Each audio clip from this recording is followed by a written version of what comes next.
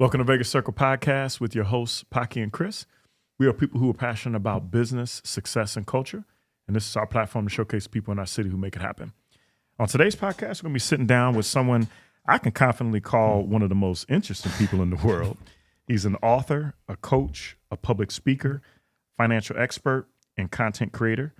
We're going to be covering everything from mastering financial independence to building a personal and business credit, navigating the unique real estate market in Las Vegas, and his experience on taking on the world's toughest challenges, the Iron Man.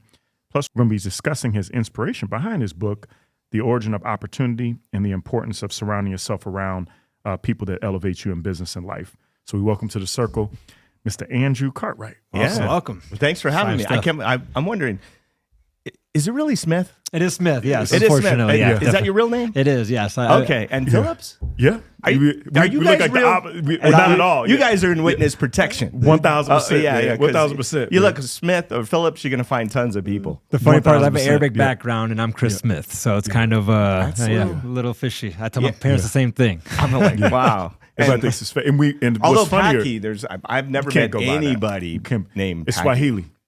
Really? Yeah, Swahili means That's witness awesome. in English. And then with my wife being from the Philippines, it means in Tagalog means please, believe it or not. Really? Yeah. So you say on there. Yeah, so please. Really? So Paki, Please. how they say it in I know Tagalog. some Tagalog. Like, I can count to 5. Isa, Dalawat, Tatlo, Lima, Apat. Check it Daryl, out. is that good? Right? Is that right? Okay. My kids Close. Isa, Dalawat, Tatlo, give you a hard time. Apat, Lima. Give you a hard time. We got to get you, Okay. keep you on Yeah. your toes, man. Keep you guessing you. Yeah. So, but honestly, man, you inspiration. You know, I was Thank doing you, some brother. research on you being an entrepreneur. What caught my attention, like right off the bat, is your parents cut you off at 12 years old 12. financially. Yep. Done. Dad was like, I was on the streets at 12 years old in Greece, and guess what? You're going to have to figure out how to make your own money. It was the first time I even thought about taking my own life. Because at 12, he grabbed me at the door, brought me inside, threw me like on the bed, and started yelling at me like, don't ever ask me for money. Don't ask your mom for money. Like, literally, don't ask for nothing. And I'll give you a roof and I'll give you food, but everything else you have to figure out. So I actually started working in the cafeteria at school so I can earn food. Jeez. Did you say Greece? Not to cut you off. Did you say Greece? That's my stepfather's. Okay, from I'm sorry, Greece. Okay, Yeah. got it. Okay. Well, Yeah, he didn't even speak very good English too. Like, he'd call lawnmower lot more, and he was big, and he whipped me all the time. If I had straight A's, if I got 1 B, he'd whip me. Oh, wow. So look Like, there was no excuses, no justifications, no reasons, and no stories for anything in my world. and looking back at retroactively, like it does a lot joke. to a Yep. kid, right? Like, I Yeah, think it oh does a lot God, to it was confidence, and, you know, I like going through life and security. Like, I think just imagining all the different things that come as a result of that. But do you think, looking back on it, obviously with the business success, was there any benefit or merit to doing some of those behaviors, or was it all very challenging? You mean the fact that he cut me off? Yeah, not obviously the beating isn't the good part, but maybe I'm so making glad him he beat responsible. me. I'm so glad that he whipped all the bad out of me. And like, literally, I was an altar boy, went to church, got straight A's, started my first business at 12 years old. I was like, I was terrified of him. And as a result of that, I was focused on doing the right thing. I remember one time he spanked me, and I'm like, I didn't do anything. He goes, you must have done something at some point. So if I didn't catch that, this is for that. Making up for it. The psychology The around psychology, it. Yeah. And you're thinking, yeah, I did. How do you know that? How do you know that? Like, parents. My pops used to do it. He's gonna deny this because he's probably gonna listen to this. We would eat dinner, and he would tell us we were getting a spanking after dinner. Oh, I so hated me and my brother would be like, oh my 3 God. hours trying to eat every pea as we go. So I got a story just on that. So, also, I thought later on in this podcast, I have a really unique set of skills that are perfect right now that will blow your mind. let's get into that. Yeah. Okay. Okay. Fire restoration. I've restored over 200 homes here in Vegas, and literally less than 50 feet from here, I had a company with over 100 people that restored people's homes. Wow. From fire. So I know how to work with insurance companies. I know how to rebuild. I know what they're going through. I know Especially the what whole happened in process, California the right whole now. thing. I thought we'd get into that Yeah, towards the end. let's 100% jump into but that. Yeah. just because it's so, people are going to get screwed right now so bad. And there's free money out there. There's loan money out there. There's like literally, and there's ways to strategically restore your life back to where it was. Let's definitely in on that for and sure. that's my thing. I'm a 100%. strategy tactic guy, you know, so I've been on the banking side. I've owned an insurance company, so I've denied tons of claims on purpose, which is the whole goal of insurance. I sold my insurance company. It is a gross, ugly business. I had it in Turks and Caicos, 30 years, no taxes in Turks and Caicos, invest in that money. So yeah, but I figure we get into that. I definitely want to, because you just mentioned something that sparked something I want to ask you. But first, step back for 1 second. 12 years old, what was your first business then? Jewelry. So I grew up in Vallejo, right? Okay. Born in San Pablo, Richmond, Oakland were my stomping grounds. E40 was I was just about to say that. Okay. Yeah, I met E40. Good dude. All right. Really So, good dude. Yeah. Very good dude. Yeah. So, and Rashad, his brother, very cool. So, Mac Dre and all The whole nine. Yeah. So I used to break dance. Get out of here. Yes. Okay. In fact, you can still look it up. Me doing a windmill. I can still do a no hand nutcracker, free hand. So this is why I said it's the windmill. most interesting man in the world. Is because of stuff like this, man, that I would not expect. But what was cool is like when I got really good at breakdancing, I stopped getting beat up. I get jumped all the time by 2 and 3 and 6 people, you know, just walking around the neighborhood, College Park, the Crest, all that kind of stuff. And it was just what you dealt with. Vallejo's a real space, though. Yeah, It's a real and place. Yeah. we had a place called the 1,000, and every Friday we had race wars. So we had straight up fights every Friday between Guamanians and Filipinos and you know, Mexicans and different Latinos cultures, like yeah. fighting and black, Latino, like it was just Madhouse, constant. yeah. Dumb people carrying guns to school. I had people that are in jail now for murder, you know, just crazy neighborhood. That's what I grew up in. We had a drug dealer right in front of my home. I remember one time running out of the house at 2:00 in the morning. The drug dealer tackled me and was getting ready to beat me up. And he goes, "Oh, I forgot you live here."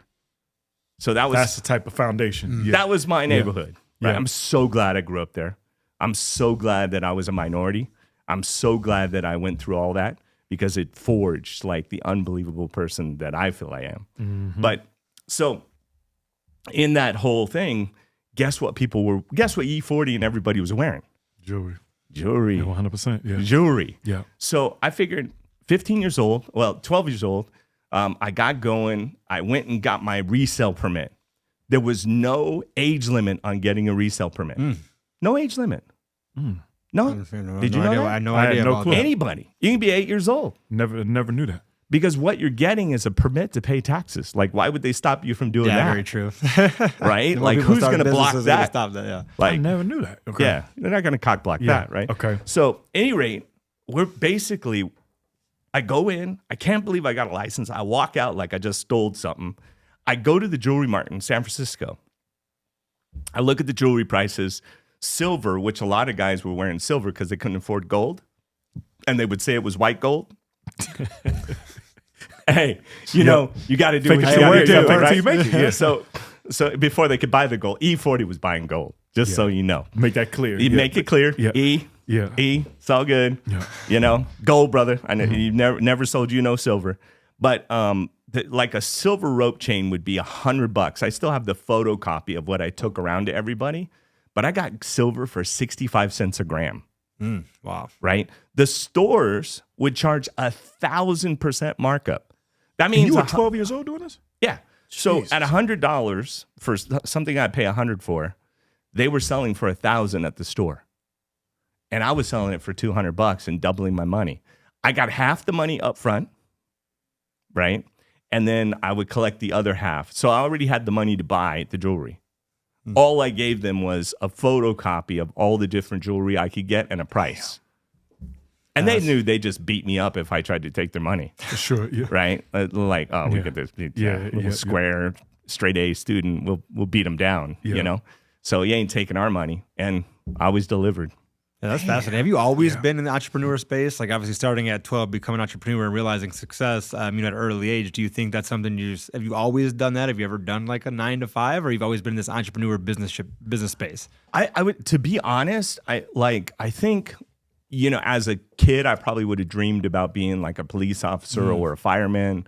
You know, a job would be the thing. when you get cut off at 12, nobody's hiring you. Yeah. You gotta figure it out. Yeah. It was out of terror and desperation that I started my entrepreneurial journey. It was definitely not the plan. The plan was to go to college, but my dad said no college money for you, right? And I did go to college. I spent 6 months there. I got all the girls' phone numbers that I wanted, and I had no reason to be there. Like everybody I saw that I was Straight up interested in, networking. Yeah, you went I got networking. all the phone numbers, and that was it. In fact, I used to sell numbers. Like when I was at school, I got food, right? Yeah. That's how I got paid. So what I would do would sell numbers to, like, I would I'd give girls free food. You know, like, here's some free food. You know, I got this. Are you interested in him? Are you interested in him? Hilarious. And they'd go, yeah, he's kind of cute. I said, I'll sell him your number. And they go, yeah, sell him a number. Shut Right? So I had to get it, right? And then I hooked up all my teachers that would come in, because I was there at 5, 6 o'clock in the morning getting all the food prepped, getting them their donuts and their coffee, and I'd threaten them, I'll spike your coffee if you give me a bad grade. You know, I'm teasing them, right? I'm teasing them, but not really. Yeah. You know? So I would do that, and then I'd go into the courtyard, and I would take all the food, because they'd give me, like, Andrew, take whatever you want. So I bought enough food for about 10 people. So I fed about 10 people that didn't have money. They'd all come around, and we'd just shoot it and That's eat hilarious. food. It's amazing, man, just how Yeah. your thought process, how your mind works to be able to know to sell numbers. And you know what's funny is, guys, you want girls' numbers, you would 100% pay for it. So Yeah, and that's so funny. I'm like, I don't know why they don't ask for it. Yeah. Like, I've never had a problem in the relationship department. I'm like, you know, if you're batting, like 300 is a great score. Yeah. That's 1,000 3 at out bats. of 10. Yeah, 3 out of 10. Right? Yeah. If you ask 1,000 women that you're interested in, Yeah. It's a done like, deal. come Yeah. on. Yeah. They're all Like, doing you a so- favor. As long as you can at least Yeah. ask. One of And them have some might confidence. think, man, you know, I was thinking I really wanted somebody, and God spoke to me, and now you're here. Well, I'll go with that. Yeah. Slick with it. You know? So Iron Man, that I wanted to Yeah. jump in that, because the mindset, not just switching so fast, because I know 12 years old is probably a lot that we've passed over as far as businesses that We you just had. glazed over that. Glazed over By that, the way, yeah. I had 200 employees at 17 years old. So things got pretty real pretty fast. And this is all Doing- the jewelry doing- business? doing the or is jewelry- it Oh, something no. different? So I started out in jewelry and got going. And then I said, well, I'm limited to, you know, how many rope chains is E going to buy or whatever. And then I was like, well, what can I do? And then I thought, what's the next level? That was retail and street retail. I was selling in San Francisco too on the streets, you know, scarves and G-Shock watches and disposable cameras. So I started selling to stores. I sold the okay. Longs and Payless and Macy's. Okay. So, and I started a company called E&A Imports. So I started selling. Then I met this lady at the flea market. It's a Korean lady. She didn't speak any English. It was really bad. And she had amazing products at really inexpensive prices. So I said, let me go take all your products and I'll sell them to all the stores. So I was the bridge. And I was selling G-Shock watches for like $1 something, $1.25. I was picking them up for 65 cents. And if you go to the store, G-Shock watches were $30. Oh, wow. Those watches really cost a couple bucks. And the reason why they put them at the cash register, it's the biggest money maker. It's like just collecting dough. But it said the jewelry industry, what was it, like 700% markup? 1,000. It's 1,000? On not all items, Okay. but the you average know, is around 1,000. But yeah, like silver especially. That's amazing. Yeah. Yeah. Well, makes So- sense why they can do all those deals all the time that are, you know, They're half always off. 50% it's always- off. 75% Yeah, it's off. always the hustle. It's Yeah. always the hustle. Yeah. So through life, you've done multiple different things as far as jewelry business, you know, being a middleman. Then I wholesaled. I'll Okay. get to the. So 17, I met a mentor. I met a mentor at 15 years old that changed my life Okay. forever.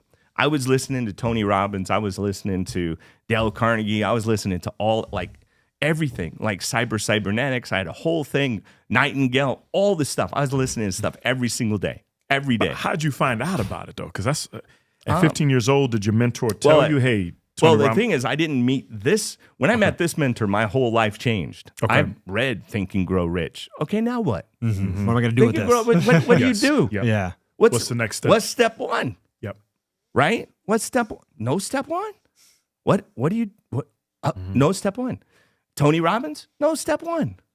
Nobody's got a step one. Then I run across this guy. I saved up all the money I had. Joseph Kosman, I gave him everything I had.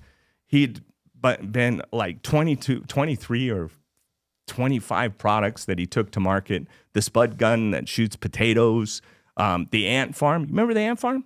Yeah, he came up with that. It was like on TV, right? Yeah. He came up with that. The original first workout records, like a record for a workout. That's crazy, right? Yeah, I'm not familiar with that one. But he taught me how to set up corporations, how to sell overseas, how to get government money, free money. He taught me how to license products. He taught me how to get exclusive rights, gave me all the contracts, everything I needed to market, sell, put a company together, like all the steps. So when I got that at 15 years old, after I gave him all my money, right away I started asking for exclusive rights. I got exclusive rights to a lingerie line. I got exclusive rights to Master Art Press, and I started a factory framing pictures and selling to stores. So I had Prints to Go, which was one company, and then I got exclusive rights to Catherine's Finest, and that blew up. It was a fundraising line, and that blew up. I got exclusive rights all over California. Interesting thing, I went to the actual guy that was the manufacturer to sign the agreement for exclusive rights. I flew into Oceanside, California. Yeah. The manufacturer was in Philadelphia and Oakland, and I'm getting ready to sign the paper. He goes, by the way, I didn't check your driver's license. How old are you? Oh. And I'm like, you 15 at the time? I took a deep breath, 17. Oh, okay. And I'm like, I'm 17. And he goes, I can't sign a contract with you. You're not even old enough for me to enforce the contract or vice versa. Right? You can enforce it on me, but not like, yep. I told him, I said, I flew all this way. You've got nobody selling your product in Northern California and Central California. No one. And I know I can sell your product. So here's the deal. Give me a number you don't think I can do. Just entertain me as a kid. Like a dreamer that can't do it. Give me a number you think I can't do. He gives me a number like 3,000 boxes, right? A week. I do that in a day, right? Already. Because I'm selling his competitor's product. Already. By then I had like 10, 15 employees. I get exclusive rights. Now my youngest manager was 37 years old, yelling at a 37-year-old, teaching him about sales, overcoming objections, reasons to buy, how to rehash, how to tell a story, how to introduce merchandise. Yeah, that's pretty interesting. That's fascinating to be able to grow that young. So and I would have that say intuition. Absolute fear and terror has been my driving force. Absolute fear and terror. How'd you get them to buy into you being such a young age and being able to, was it the swagger that you had or what was the confidence that you had? Because 17 years old, being able to, that's tough. It's tough to be able to have the buy-in. It was hard. A lot of yelling. Yeah. A lot that worked? Or did they just quit? Hey, Andrew, I'm gone? Or I paid them too much money. Okay. So they would just take it. Yeah. They just deal with it. Okay. And later, I remember a guy came back to me, Tom McCree. He's like, incredible guy. Worked for me for like, a decade. And I remember he moved on, after a decade, he started a business, got going. And he said, Andrew, is that territory over here really as good as the other territories? You can tell me now, because this has been a decade. Because I always tell him that you just can't adapt to the people you're in front of. You can sell to anybody if you can adapt to the person that's in front of you. Yeah, be a chameleon. Right? Yep. So you got to speak their language, you got to relate to them, and you got to fulfill a need that they have, right? And then they've got to want to trust you to believe to take it on. And I said, no, that area is not as good. But I couldn't tell you that. You're not going to cherry pick my territory that I own. I own this piece of real estate just because you don't like working it. You need to work it. Yeah. And be happy. So I tried to tell you what would make you happy, but it is true. You need to adapt. Yeah. Like we'd have poor neighborhoods would oftentimes buy more product than rich neighborhoods. How so? They just had, the poor neighborhoods had real compassion, like understood that being at the ground level. I've been homeless. I mean, I can like walk by a homeless person. I can relate. Because you've been there. Yeah. I know what it's like not to have a place to go. Business takes a lot of grit, mindset, being able to push through everything. That's why I wanted to jump to the Ironman so All fast, right, because we'll I was go so there. impressed with. Not a lot of people do Ironmans. Was it that challenging for you? And my understanding is, have you done more than one, or? I've been doing Ironmans for a decade. Okay, that's what I did read. Okay. Started out doing the 70s and then graduated to doing fulls. So there's 70.3, which is a half. And then you have 140.6 miles for the full. It's a 2.4 mile swim, 112 mile bike ride, 26.2 mile run after, and all consecutively. This is like a 24-hour period, right? You only get 17 to finish. 17 hours. Jeez. Yeah. Okay. So it's pretty intense. Originally, the reason I got into Ironman That's is what I was going to ask you. so I've been consulting for companies, big, huge corporations that I'm under NDAs that I can't talk about, Okay. helping them restructure, do lean, put in theory of constraints and Six Sigma into their companies so that they can be more efficient. Okay. One of the guys that was, I'm at the top 2-tier guys, the top guy in theory of constraints that's trained me in Israel on manufacturing. And I got this other miracle guy that's like a superhero. Like, he's the superhero's mentor. I see the entrepreneur, the CEO as the superhero. This guy is the Yoda. You never meet him, Oh, okay. right? So I wanted to spend time with this guy. His name is Dick Norquist, Richard Norquist. And I'm like, I just want to spend time with this guy. And he does Ironmans, right? And I'm like, there's no other way I'm going to, the guy's like 65, 70 Still years doing old, Ironmans. Oh, wow. still doing Ironmans. Impressive. Like, I was He's a beast. he was training with me for the world championship I just did. And he was running in a walker because he had spinal surgery. And he's running with like a walker with wheels. I got it on my socials. I'm like, he's a beast. He's insane. So I got to spend a lot of time listening to him, downloading, company, big, huge ideas about companies and how they work. And then I got caught up in the sport because he got me. So he signed me up. He told me to come down because he had an entry into Vineman in California in 2014. So I get down there. I don't have a wetsuit. I don't have a bike. I got tennis shoes. That's about it. And I'm thinking, man, I'm not going to have to do this. I'm going to get Now I out. have to do the Ironman. Yeah, I'm going Yeah. to get out of this. No Yeah. problem. So he's got this guy's entry that's 70 years old. I said, I can't get to the starting line. I don't look 70 years old. I'm like in my 40s. Come on. He's like, oh, I'll talk to the race director. I'm thinking, the race director is not going to do anything for him. Meanwhile, Dick has won that particular Ironman like 20 times. So I know exactly who he is. So he knows the guy. Yeah. And he Yeah. does have bull with him. So he gets my name in there. I'm like, oh, damn. I don't have a wetsuit. So he starts knocking on doors. We find a wetsuit that's like 2 sizes too small. I barely got into it. And, I'm swimming. And then I go, I don't have a bike. He goes, well, my wife, we have a mountain bike. So I have Jesus pictures Christ. of my first Ironman. It's so funny. I'm in a mountain bike with tennis shoes. I'm in a swimsuit with no, and I remember getting to the finish line, and 2 miles before he ran back to come get me. And I'm like, don't talk to me, Dick. And he's like, what's wrong? I said, don't talk to me. I think I saw Elvis, Jesus back there. I'm Your like, body's on a different planet. yeah, like, I can't believe you got me in this thing. I was so mad at him, Yeah. And then about 100 yards from the finish, all of a sudden I get this burst of energy because there's a bunch of people there, and I just run across the finish line. And he goes, where was this like 2 miles ago? Yeah. So after that, I start training. And part of the reason I signed up for the full Ironman, the 140, is because I didn't think I could do it. So it's like, I won't quit, which means if I don't train, I'll die because I won't quit. Because I'm relentless. I just won't give up. You literally forced yourself. I to. forced myself. Yeah. So I just sign up. Like, I'm signing up for Brazil in June. So I'll do the Brazil. But it took me 10 years to qualify and go to the World Championship Ironman in Kona, which is one of the most That's grueling. Hawaii, right? Yeah. Okay. Just did it October 26th. And it was a 2.4 mile swim. There's a current. We had jellyfish biting us. No. Sharks came in.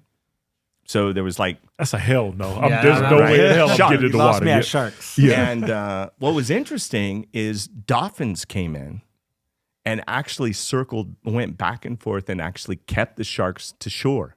Wow. I guess they do this. Yeah, that's crazy. I've heard about it. It's weird to see it. I But- never heard about it. I just until- watched this documentary with my kids about all of that stuff. It's amazing. I just amazing. here we are. There's, whatever, 2,000 of us, 2,400 of us, crazy A personalities qualified from all over the world, the best of the best. I was the only one that brought fat to Hawaii. I introduced fat to they've never seen it before. Great. They're like totally lean. Yeah.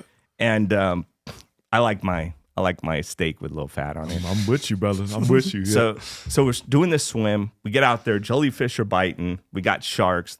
And of course, people are hitting and kicking you, not on purpose, but you're just getting scratched. I got I had jellyfish that were biting me here and here. And then one guy had it all over his face. He looked horrible. It was the ugly. determination to power through that is wild. So we get out there, come back. I get out of the swim. I'm like, because I thought I was going to die. Mm-hmm. And let me backtrack a little bit more on that. The day I got there, which was a week before the race, I went and did the swim. And I swam 2.7 miles. Mm-hmm. And I looked at my time and I was like, oh, this time sucks. And I was scared to death. But when I got 1.2 miles out into the middle of the ocean, there was nobody around. And I'm like, this is insane. Yeah. Like, that's dumb. Like, I don't even mess with the ocean like that. Once you get past that's a certain scary. setup, it's That's a different. scary. You, You don't never play know. with the What? ocean. Yeah. That's not a place to play with. Yeah. yeah, I got no buoy. Are you with somebody when you No, It's all alone. Dumb. Out there. Oh yeah. That's dumb. That's a little. I'm like, but I had to, That's scary. I had to see that I could do this. So I get back because I've done river swims and stuff like that, but not an ocean current, jellyfish, shark adventure. So I come back, I walk into the hotel room. My wife looks at me, and then I said, I'm going to go get us some coffee. So I went and go get us coffee and have some conversations.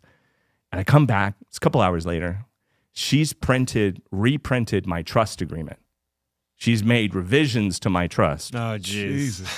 She thinks this is a done deal. Like you. So what are you doing? Is there a way of telling you what are you doing?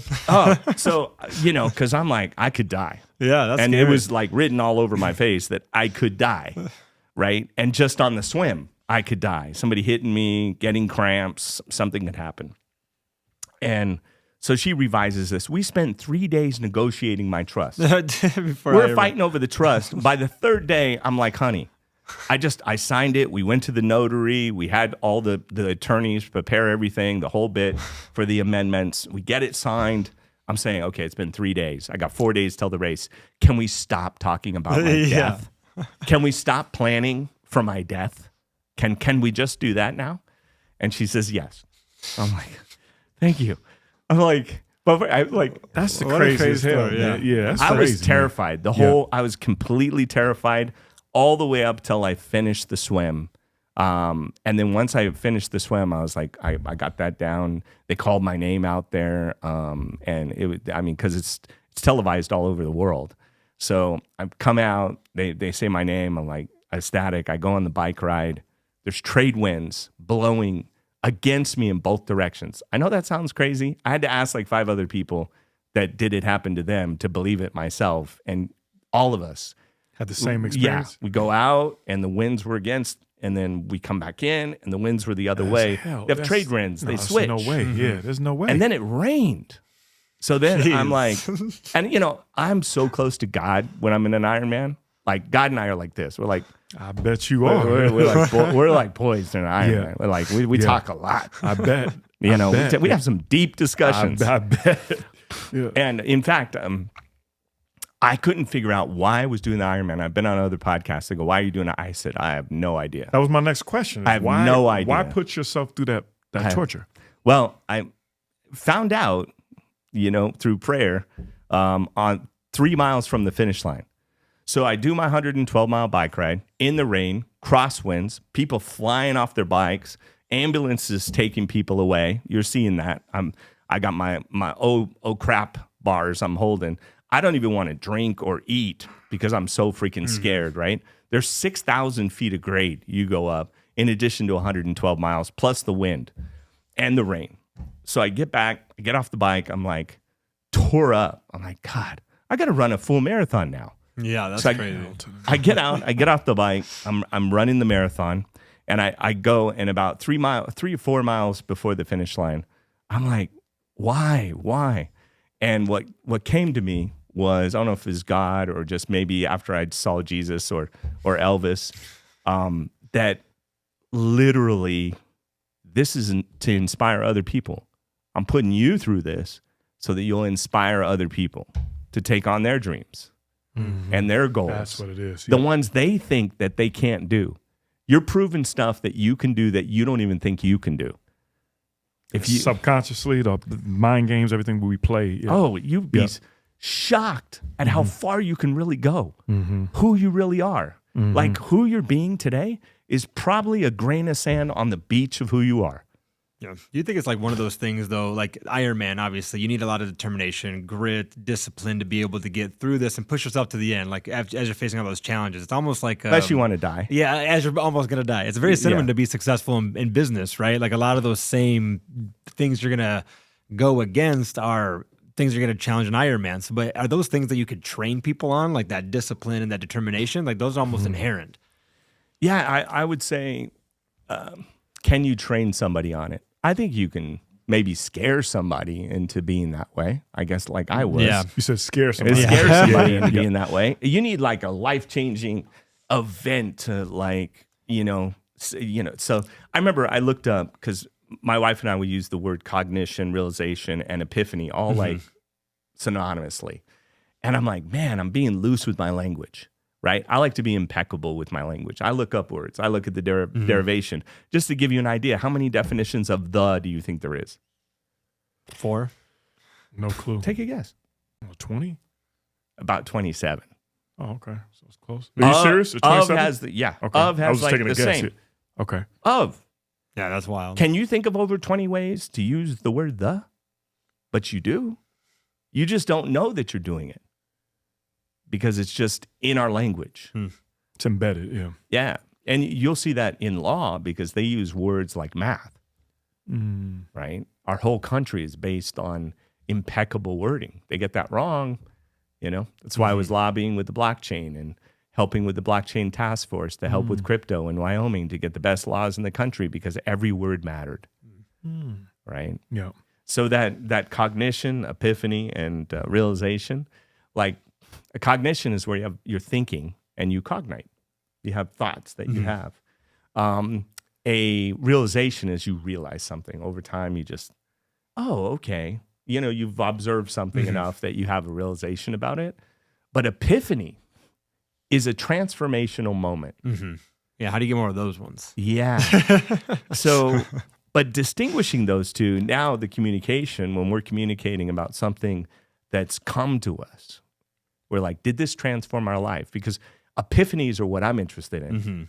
Iron Man will give you an epiphany. That's life-changing. Yeah. Yeah. So it's like an epiphany has to happen for somebody if they're able, and then their life is just never the same again. It's never the same again. Yeah, that's interesting. Yeah, and I feel like you get so much time in those environments, and you push yourself to the boundaries almost, you realize who you are. Right. And I think that's where the epiphany part comes in. You learn a lot about yourself. You should hear all the excuses I have. Oh yeah. It's funny. My mind doesn't own me. I have thoughts all the time, and I look at them. Some of them I laugh at them. Some of them I use. Some I consider. But my mind is literally a workout horse for me. I use it. Yeah. But it don't own me. I own my mind. I own my body. Right? Tell it what to think. I tell it what to think. And during an Ironman, I'm listening to my mind say all kinds of crazy stuff. Oh yeah. You're tired. Eat something. Your legs hurting. Is it really? Yeah. Is it really? Or are you just trying to get me to stop?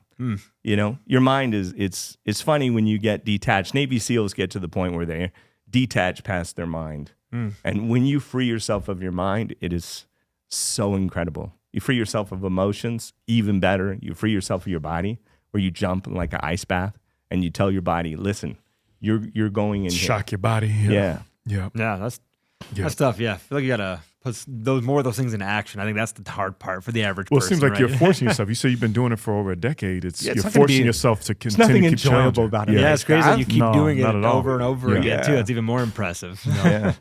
So for real estate, I know you're a big I love piece real of real estate. estate. I mean, he owns this building to give you an idea of how much real estate that you own and you've been involved with and developing and everything. Yeah. Different states, not just here. Yeah, it's multiple areas, right? So what do you see happening in Las Vegas as far as the real estate market and some of the creative things that have been happening over the last 20 years and 25 years? What do you think it takes us over the next, probably 5 to 7 years? Provided we still have a good supply of water, this place is blowing up. Yeah, And as long as it doesn't become too blue. I got you. If we get taxes, then people will be in Tennessee, all the rich people. Like there's a reason I moved, 25 years ago from California. To hear, yeah. Yeah, it's called the Franchise Tax Board, right? And I own 2 pieces of property there. I got a place in Napa and San Francisco, Cathedral Hill, right next to by Nancy Pelosi in the billionaire area. Okay. It's really cool. I love San Francisco. We spend about 3 days a week, just for the record. No I know more what than you that. get at. Yeah, I know what you get Yeah, at. Yeah, and four- so you better get your taxes. 4 days in Dragon Ridge. But yeah, like I drive, if you drive down Pama, I built like that whole street of industrial buildings. I tore down that entire neighborhood and rebuilt it. I live in a custom community. My house is about 12,000 square feet under roof, 11,000 livable. Designed it on a napkin, built it, right? It was in the show Flipping Vegas, the Dream Home episode. okay. I co-starred in that. Okay. So Scott needed another house. He goes, "Hey, can we do it for the show?" I said, "Sure, let's go." I'm finishing it anyway, so might as well That's capture awesome. it. Yeah, that's awesome. It was Yeah. pretty cool. Yeah. So I run by about 6 or 7 houses that I built in Dragon Ridge. Anywhere from 8 to 12,000 square feet a piece, all custom homes. And then I drive by the neighborhoods that I built, and so it just feels good. Like God had dirt there, and look what I did with it. That's awesome. Together as a collaboration. Yeah. Yeah. It's interesting from like that perspective. Like, are you more interested in the development, retention, or acquisition? Like, what is your passion? Because obviously, I can see you kind of light up when you're talking about building the custom home. Like, that seems like a passion project almost. Versus, I love creating. Yeah. That's the exciting part is, where are you going to put that window? Like for example, my house, it has a level 5 finish. Every single wall in the entire house is hand sanded, and the roof. It's in the show. They show every square inch of it. There's no molding in my house. All of them are bull-nosed into the actual frame of the door. yeah, that's crazy. Yeah. I have real silver painted on the ceiling. Oh, gee, Real yeah, silver. That's Yeah, awesome. so we could scrape that off if things I'm got about really to say bad. if it gets bad. Yeah. Yeah. My pool is designed for bumper boats. I have a full kitchen inside the pool, 11 waterfalls, and a water Jesus slide. Christ. Yeah. Wow. Beach entry, and it's so. It's nice to be able to make what you want, right? Yeah, like the that's whole backyard is travertine. That's awesome. Like people have travertine on the countertop. I got it on the whole backyard. I built like these in Greece at 12 years old in the summer house. I'd look outside at 12 years old, and in this beautiful near the beach summer house, there were these rows of roses. So in my backyard, I built travertine steps for those roses. So every morning I wake up, the sun comes up over the mountain. It goes directly on me, because I built the room where that would Be able happen. to set it. Yeah. I built the room with exactly how I wanted to and that receive with all the that sun in in the mind. morning. Yeah, that's crazy. That's And awesome. then I look out the window and it reminds me of, that 12-year-old boy that was at the summer house in Greece, with my 2 cousins who I That's adored. powerful. Yeah. Yeah. It's one of those cool things like real estate. What we love about it is that, like what you say, once you build it and you put thought into it and design into it, it stays there for a long time. So a lot of people get to see this real estate over a long period of time. And knowing that you had that part in that, for the next 30, 40, 50 years, it seems exciting to be a part of. It's fun. I mean, I brought in chisel. It's wire brush and chisel carved wood, European oak that I brought in. That's 5 times more expensive than travertine. Just because I like the way it felt on my feet. Must be nice. I know, must be Andrew. nice. This is I can't get motivating, shoes the way I hearing like this to fit stuff. on my feet. I should have took Logan up on. We should have did the interview at your house. Yeah, man, to be able to definitely. see it. Yeah, that's awesome. In fact, I want Yeah. you to be on my I would podcast. love that. We'll make that happen 100%. It's inspiring to listen to what you're saying because the mindset, I mean, all these things that we hear from the Kobe Bryants of the world, the Michael Jordans of the world, the David Goggins of the world. And, I was just talking to my oldest son's strength and conditioning coach, and he was trying to explain to my 10-year-old the mindset of playing sports and pushing yourself is going to help you in everything in life. It's amazing. And teamwork. And I'm seeing it with you. I mean, you're successful in business, being an entrepreneur, because you've pushed yourself since you were 12 years old. Yeah. I don't know how old you are now, but all these years you've been continuing to push yourself and not accept failure is extremely powerful. Well, failure is only if you quit. But you said that. You said an Ironman. You I've signed failed, up. I've failed lots of times. Yeah. I've eaten more failure than I've eaten success. Yeah. Right? Success is easy. Failure is where you grow. I love failure. Failure is fun. Challenge. Yeah. Yeah. It'll character. It'll Builds like a lot of character. mind F you. Yeah. Like, and you'll sit there and go, I did everything right. I had the perfect plan. I had the perfect people. And I had the perfect everything. And my bank failed. And now everything's gone to crap. Yeah. And there's nothing I can do about it. Okay, now what? You figure it out. But you don't feel like a failure because you didn't quit. You get. I think I've gotten disconnected from money and things. Right? They don't own me. Right? I don't let things own me. I don't let money own me. So I look at it like even when I lost, like I had disintegrated over $100 million and was $12.8 million in debt in 2008. I had to give this building back. I paid like $5 million and I had to give it back. And, just ton of stuff. Like had 100 jobs going, subdivisions, construction company, 14 different companies going, dealerships, insurance company, all this stuff, right? And I kept all my employees working. I lost $50,000 a month for 4 years. I had established, I'd learned different lessons each time I failed because I've been a multimillionaire, decamillionaire, and beyond that 4 different times. So each time I learned something, this last time I learned about business credit and I separated everything. I got like 39 different credit cards. I've got different accounts. We lived on credit for 5 years. At one of my credit lines were $8 million. Jeez. So I was digging a hole. Yeah. But business credit. Yeah, not business credit. Yeah. So I was able to get all that. And by April 12th, 2012, I paid back the $12.8 million, cleared all my debts, and I was finally debt free. That's saying when Donald Trump says, I'd look at a bum and they were in better condition than I was. This was in like 92. He was billions of dollars in debt, upside down and bankrupt, but didn't file bankruptcy. He negotiated with his banks. I did the same thing. I called every one of my bankers every single day. They still talk about it in the banking industry today, which is why I have an unlimited credit line to do as many loans for people across the country as possible with no tax returns, I don't care about somebody's income. Doesn't matter to me. We'll do fix and flip, ground up construction and rentals for people. So that's my big thing is that's powerful. Yeah. Helping people get capital. That's the big thing. Yeah, it's like the hardest thing for people that are new in business. Yeah. What would you say? Because we always talk about, business ownership and culture and things like that. That's what our platform is based on. What would you share just one tip for somebody that a nugget of maybe they're thinking about they want to start their own company right now? They're listening to this podcast. What would you say to them is the first thing that they do? Stop thinking. Start. Declare it. Tell everybody you're doing it. Put yourself at risk. If you're terrified, good. If you're scared, better. Right? Terrified, I think, is the best. I love being terrified. Yeah.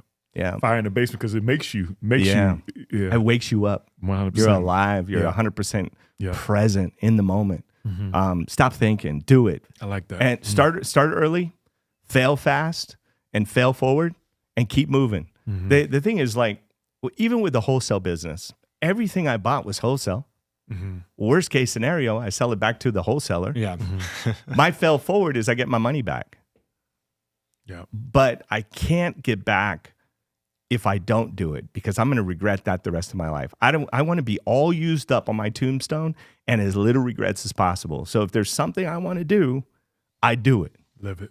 Yeah. I do not want to regret. Yeah. That's the first for me. I think that's the first time I heard that. Failing forward. I'm always looking strategically at how do I fail forward. I created a bank so that I could finance the dealership to make sure that if I failed, I still had all the notes. Yeah. So, damn, that's deep. Okay. Right? And then I had a financial advisor go, this is insane. You're just as stacked on assets as you are on debt that people owe you. Like, there's no losing with your balance sheet. I said, yeah, only the paranoid survive. Damn. I don't even have the mindset to even think of that, which is cool, man. Yeah. That's interesting. That's amazing. That's why Paki is one of the most interesting people in the world. No, that's what I start off with. It's right amazing. now, you are in somebody's balance sheet. Are you an asset or a liability to them? I've heard it. I've been asked that multiple times. Yeah. Right? Yeah. So I have like well over 86 streams of income, right? All coming from You said different 86? 86. I stopped counting at 86. It's probably in the 90s somewhere. We have to have a part 2 of this. Yeah, man. definitely. This is great. So transitioning for 1 second, we always ask guests about food in restaurants in Vegas. Vegas is becoming the mecca for food and amazing restaurants. I'm very curious with you. You probably eat at your home most of the time is what I'm assuming. That's what I probably would do. But what's your favorite restaurant in Vegas? You've been there for 25, almost 30 years. So Mon Ami Agabi at the Paris is one that's a regular. Yeah. Me and the wife love escargot. So it's one of our staples. Anywhere that has escargot, we go. You're all over it. Yeah, we're all over it. The San Francisco area, we've been to every single place. We go to Paris all the time. We just got back. We spent a month in Amsterdam, Portugal, which I love. Portugal is like California weather. We went to Poland and Spain. Okay. So we have a crew of 22 people in Spain that help process and underwrite loans. That's awesome. So they're incredible. Met with them. They're like just incredible people. But that's your go-to. Mon Ami Agabi is your go-to restaurant here? Mon Ami, I Love Sushi is another place that is really one of my favorites. Hanks is another place that I've been. Henderson, right? Steakhouse? Green Valley. Green Valley, okay. Yeah. Green Valley Okay, I've Parkway. not been to Hanks yet. There's another one that's inside the Wynn. I forget the name. SW? That SW is great. Yeah, Delilah? Delilah's excellent. Delilah's fun. Yeah. All the dancing and the food's amazing. It's impeccable. Really good food, both of those places, Yeah, it's a weird experience because, 4 days here, 3 days in California, just for the record. Yeah. Legal reasons, tax reasons. So basically, like, the restaurants in San Francisco are like unbelievable. And we have like all the money thrown at these restaurants and the celebrity steps, all that kind of stuff. When you're in San Francisco, the owner is usually serving you, and they've been there for like 30 years. Yeah, they don't have any franchises in San Fran. I love that about them. Yeah. And one of my most favorite places ever in as far as food in the country is Rayo's. In New York. Yeah, Rayo's is excellent. Yeah, you have to buy a table. Yeah, it's wait a minute. I went to Rayo's here in Las Vegas.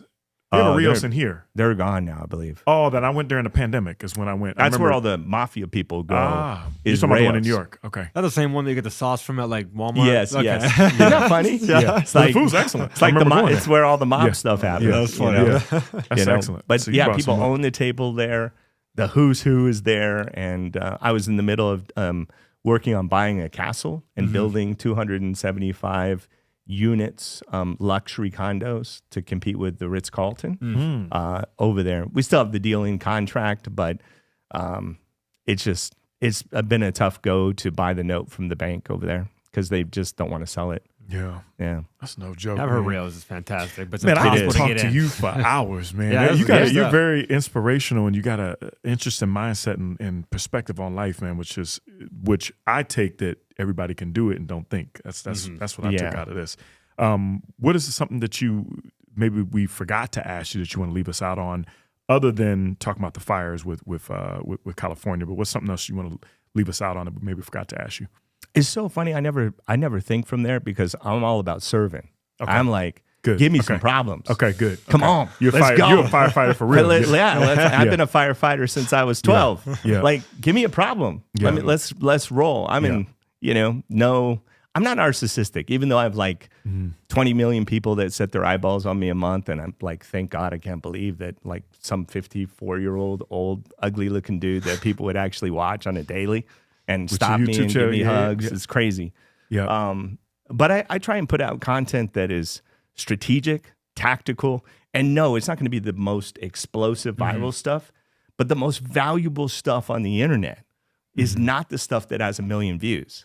It's probably the one that has 500. Yeah. It's probably the one that has 1,000, and it probably fits you.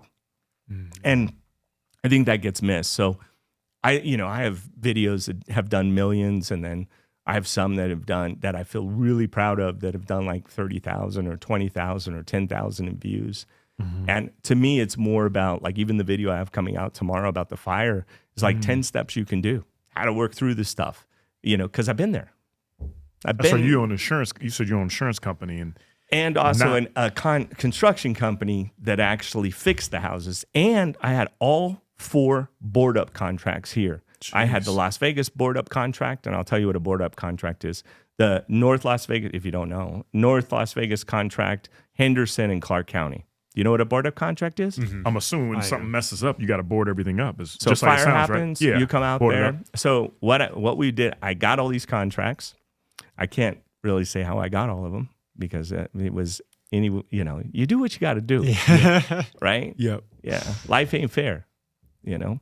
So there's a price to pay. And it's long past, so nobody could get in trouble. So at any rate, so I would show up, I'd put a ring around the entire house, right? Caution, right? So, and then I would board up the houses, and then we would talk to people. I'd have a crew. I'd have Glenn and my guys that would go out there and talk to people who just had their houses that burnt down. Yeah. All my competitors, other contractors, were behind the caution line. Because you set everything up. Because we set everything your business up. Plan. Okay. That's why we had the contract. Ah, okay. So to me, it was like the way to have exclusive rights. So our thing was to be passionate, to be compassionate, and to take care of them. Our board ups, we lost money on. We didn't make any money on doing board ups for people. Our thing was, let's get out there, let's secure them, let's tell them where they can stay, hotels they can go to, what services are available to them, what life's going to look like for the next 6, 12, year and a half. Yeah. If they want to know. To get the insurance, dealing with insurance. Yeah, yeah, it's weird. Some people are totally sad and disappointed. You'll see other people, this crazy thing, that are relieved and feel cleansed. It just went out. A fresh start. Must have been some pressure coming in. Yeah, there's no right way to feel is what I learned. You know, we've done hundreds of homes that we've restored that have burnt down or part of the house burnt down. And there's no right way to feel. It's like whatever you feel is okay. Yeah. It's really okay. Yeah, each person's situation is different. Every situation's completely different. So it's a matter of like, you know, what do you do now? That's where I always think, what's next? What do we do? That's a weird thing. I had a fire personally in my own home, and I right. had no idea what to do. Yeah. Like, you don't think about it until it happens. Now you're like, okay, always random people just start calling you. Like, where do you get my number from? I completely what's forgot about that when you had like that. a very before you bought your surreal house. experience when it happens. So this is going to be a long battle because there's negligence, like gross negligence on the side of the fire department and the state and the county and the municipalities that are responsible for providing. Like if you're paying taxes and the kind of taxes that they were paying, removed. A lot of these fire insurance 32,000 people had their removed. Yeah, so I heard, And so the insurance companies are basically, they collect everybody's money and then they pay like 80% of it back out to people. And then maybe they keep 10 or 20%. It's not like you're keeping all the money, right? But as an insurance carrier, we would invest that money until we earn it, because you don't get to spend the money until you've earned it out in the policy. Got it. So we'll get paid for the whole policy up front, but then we'll invest it, but we can't actually spend it until it's earned all the way out. We have to wait like a year. So we'll invest it in treasuries and stuff that's really kind of bulletproof investments, or at least investment grade stuff. With something as, I mean, I don't even know what to put the word of the California, the Malibu, and everything that we've seen right now. 150 billion, probably be 200 billion by the time we're done. How does insurance companies able to cover that? I mean, that's the type of money that, and it's still going. It's So I think a lot of insurance companies are going to look to subrogate, right? They're going to look for who can we blame for this. So you can see like a class action lawsuit against There's going to be California. Class action lawsuit against California, which is going to pay a lot of attorneys a lot of money. And, you know, it's because insurance companies, oftentimes the first call they make, because I've been suing farmers for 7 years. I'm going on my 8th year suing farmers. We're in appeals right now on the case, but supposedly it was, I had a $75 million claim that they didn't pay on a claim, and they should have, but they didn't investigate the claim. So we get a jury trial, and it's just been so. Insurance companies, the thing is, deny the claim for anything, any way they can deny the claim. But the first thing they do before they deny a claim is listen to you, follow the policy guidelines. But then the first thing they're doing is, how do I subrogate this? Who else can I make pay for this? And this one is so clear cut. If you go to a fire hydrant and there's no water there, make any sense? Like, you don't have, and the 32,000 policies that got canceled, the insurance companies sent letters saying the brush around the area was like literally not cut down. It was dry. This is not they found the maintained. loophole. That was the maybe loophole. they showed up to the fire hydrant and went, maybe they checked the reservoir that was empty, right? And if you're an insurance company, your job is to mitigate risk. You're not in the business. You're not in the lottery business. You're in the risk business.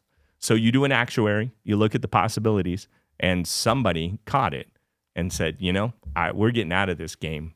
And 32,000 people canceled. And it's funny, politicians will blame the insurance company.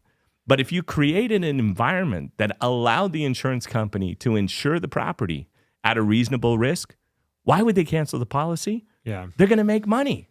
They're in the money-making business. Good point. Yeah. But they're not in the stupidity business. That's for government. Government's in the stupidity business because they got our checkbook. Blank check. They make this, Gavin makes these mistakes. Who's going to pay for it? People. Everybody in California. It's going to be tough. And I own property in California. I know our insurance on some of our properties has doubled. Already? Yeah, that's wild. That's wild. I know. I could talk all Yeah, day about we're going to insurance. continue. Yeah, it's We're gonna going to be have a part all two day, with you, man. This is excellent to be able to sit down, man. What's your social handles for people to reach out to? I know you have a YouTube channel also, man. Can you Andrew give us- Cartwright on YouTube. Andrew X Cartwright, because somebody took my Instagram handle. So Andrew X Cartwright and Cartwright 007 on X. What other platforms are there? And then I'm on LinkedIn. You'll see me. CEO is Capital Velocity, which is our lending company that we help people, get real estate. New people too. Okay. So that are first-time investors or fix and flip or want to buy rentals or ground up construction. You need some experience with that. But the other ones you guys help get the capital. Yeah. Okay. People, and I don't care what people make. And the money is infinite. You can buy as many properties as you want. That's what people don't understand. I lend to LLCs. I don't lend to Fred and Martha. I lend to assets that feed you, that don't eat you. I don't do loans at all that eat people. I only do loans for small businesses and for real estate that are going to feed you and pay you. That's what's up. I don't do things that eat people. No doodads here. Well, keep track of this gentleman, man. He's motivated, man, and then running the next Ironman and motivating me, man. So check us out, thevegasshow.com. And thanks for your time, Andrew. Man, that was good stuff. Man. That was motivational. Thank you, brother. Really great stuff. Really appreciate you.